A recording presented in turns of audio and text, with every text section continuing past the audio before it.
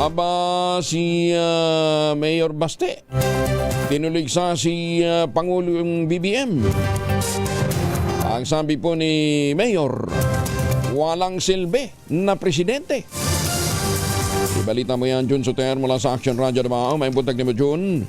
Mayong buntag usab Kuyang Angel, tinuligsa ni Acting Davao City Mayor Sebastian Basi Duterte si Pangulong Ferdinand Bongbong Marcos Jr. dahil sa kawalan ng respeto kay Vice President Sara Duterte. Inihayag ni Basti ang kanyang matinding galit at tinawag si Marcos na walang silbi na presidente sa kanyang talumpati sa ikasyam na taong paggunita ng 2016 Rojas Night Market bombing noong Martes, September 2, 2025. Kinwestiyon ni Basti kung bakit inimbestigahan ang Davao City kaugnay ng mga aligasyon ng Ghost Flood Control Projects. Gayong hindi naman dito naganap ang malalang pagbaha. Kasabay nito, nanawagan siya sa mga taga Davao na ipagpatuloy ang pagdarasal para sa mabilis na pagbabalik ng kanyang ama, dating Pangulong Rodrigo Roa Duterte sa Davao City. Samantala, hinamon din ni Basti Duterte ang House Committee on Appropriations na busisiin ang Statement of Assets, Liabilities and Net Worth o SALN ni House Speaker Martin Romualdez. Giit niya, lumobo umano ang SALN Romualdez mula 200 milyon noong 2022 hanggang 3 billion sa 2025.